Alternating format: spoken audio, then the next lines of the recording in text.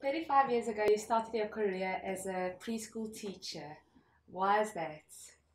Well, from a very early age, I wanted to be a teacher. I had 58 dolls, and my dad spoiled me by building me a doll's house and a classroom so I can care for them, love them, and teach them. And that's actually how the career just happened. The other thing is, somehow along the line, I picked up that people continually said that if you want to get something right, you need to get it before a child is 6 years old.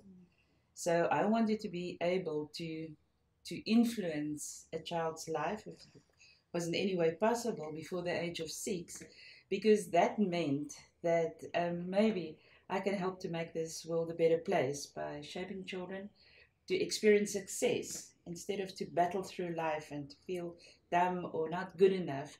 But if they can learn with ease and they feel good about themselves, then maybe I can impact on this world in a positive way. I was always fascinated by what makes people tick. And for that purpose, for many years, I wanted to become a fly because I thought if you're a fly, you can creep into people's ears and you can go and see what makes them tick. Figure out what's going on, what makes them love, what makes them hurt each other, what makes a person get up in a bus and give his seat to somebody else, what makes a person pick up a paper that he didn't throw down, what makes people tick. It's always fascinated me. And then when I grew up, my dad was a huge influencer in my life because around about the age of 9, he asked me if I'll ever want to drive a car. I said, of course I want to drive a car. And he said, well, you can't drive a car if you don't know how it works. So he bought me an overall. And at this ripe age of 9, I learned how to work on a car, how to change tires, how to fix them, how to do a lot of stuff. So my dad taught me how to figure things out. If it doesn't work or if you want to make something, figure it out. How does it work? And figuring out has become the theme of my life because from a very young age, I wanted to be a teacher. And when I taught, and I noticed that despite huge effort, some children didn't learn in my class, I felt like a failure. I felt like I failed the children. So I needed to figure out what enables a person to learn or what may prevent them from learning. And that became the theme of my life. So I've been involved with learning my entire life, and that is how it's going to continue. When I was at school, I was always amazed at people, children, who could put up their hands and ask questions, or if a teacher asked a question, for children to be able to answer immediately. I always felt like I was in the dark.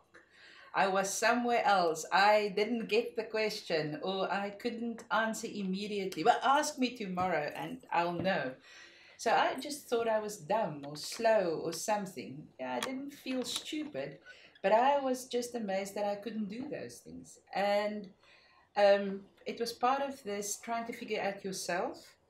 And while I wanted to teach, and the children battling automatically prompted studies in preschool education because I've learned and I've read and heard that if you want to make an impact, you need to do it before the age of 6 because the child is like a sponge at that stage. They absorb so much. So your ability to influence that child's future and the development or the unfolding of that child is so much greater before the age of 6. So hence I studied to become a nursery school teacher. And when I was teaching and the children, we couldn't get all the children school ready, I immediately thought, well, maybe it's because I don't understand the psyche so well, because I studied education. So I studied psychology. And during the years of doing psychology or studying psychology, yes, it made a difference, but there was still something missing. And then I thought, well, maybe if we structure the programs properly, then all children will learn. And then I did a master's in maths and science preschool programs because I thought if the program is well structured, all children will learn. Oh, that master's degree was in a way a failure because my premise was wrong. If the program is wonderfully structured, it doesn't mean all children will learn because there's something that needs to happen inside of a child that wasn't in place. And that prompted many, many years of research. What needs to happen inside of a child to be receptive to learning, to be able to learn, and then to be able to respond to learning? And that prompted the whole search for where can I find the answers. So I studied the work of Jean Ayres and Fiorentino, and looked at the word of Kephart and Goddard and Peter Blythe and many different researchers who looked at the role of physical movement. Paul Dennison, Carla Hannaford, many people who worked seriously with the role of physical development in the development of a child's ability to learn. And from there, started getting involved with physical programs with school-going children. But you know, working with that, it just made sense to me that somehow there must be a way to optimize the development of this. So now I'm using movement to fix certain things. Isn't there another way? And the more I studied, the more I realized, well, it's in the early years, because the milestones, also therapists will tell you, milestones lead to an ability to learn, or the absence of certain milestones seem to have a great correlation with certain learning problems later. It doesn't mean if there's a hiccup with a milestone, the child will have problems with this, but research has found worldwide that a child has skipped certain milestones, that there's a tendency that they battle with certain academic skills later on. And that took me to the milestone, studying the milestone baby. And then the question popped up, but what is the milestone? Is a response, it's a reaction to whatever. What is before the milestones? And that's when I got in contact with the word of Peter Blythe specifically, and the whole reflex system, and how the primitive reflex system is that innate, universal principle, guiding principle within each and every child that enables the brain to develop, to learn with greater ease. So I studied, I didn't study neurology formally, but I studied informally for years and years, and that's where the field of neuroscience emerged at exactly the same time that my interest was sparked into the development of the human brain, and then all the way back to what happens in utero. How does that brain unfold from a couple of days after conception? So it's been a very long journey.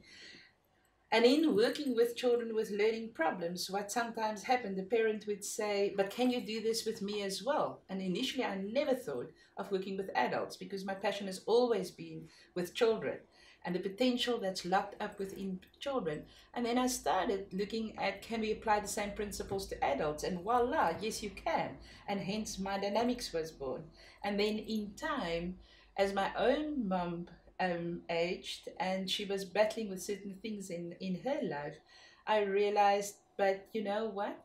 If these principles that we use in BabyGym helps the baby to develop, maybe, and if mind moves helps a child to learn with greater ease, maybe we can apply the same to the aged, and maybe it can maintain their quality of life. And then hence Senior Mind Moves was born, to enable quality of life. You know, other than the drive to understand things intellectually and from an academic point of view, because the research that I was doing was controversial. To a certain extent, it was new. So a lot of people frowned heavily on some of the things that we did, and I've taught other people to do. So the need for a strong academic foundation was there, because the scientific validity of something was very, very important. But there's a huge emotional parallel journey to this, because during my years as a preschool teacher, I also became a mom 3 times, 2 sons and a daughter, huge privilege. And each of those 3 children were really sent to this earth, I'm sure, to teach me certain things and to challenge many of the beliefs that I've studied and obtained academically. And with my own children were born perfect, but they didn't naturally fit the normal mold. They were also different. They had their own challenges. And trying to come to understand each of the children individually, and how to overcome different challenges. My one child was hugely tactile defensive, was on the autistic spectrum, had serious epilepsy, petit mal epileptic attacks, very, very often, and with the resulting emotional and speech delays. And you know how to overcome that. Even if when I was told that it's just a willful child, I must just discipline the child more.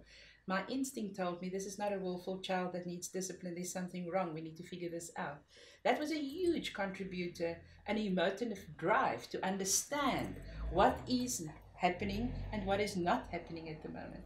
Another one of my children had a serious speech challenge, and it was very entertaining. And it took a gutsy teacher at the age of when my child was 3 years old to say, do you realize that nobody other than you can understand your own child? That I realized, nonsense.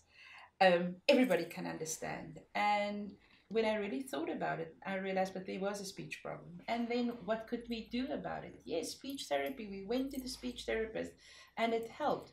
But what caused that? Because I was an involved mom. I'm passionate about babies and children. How did I miss it? So other than an academic drive, I've had an enormous emotive drive to understand my own, well, to understand myself, to understand my own children, and then what can we do to take any kind of barrier to learning, to remove it if it was possible, so they can move forward in life, because that's what we want for our children. It's a happy, healthy, confident life.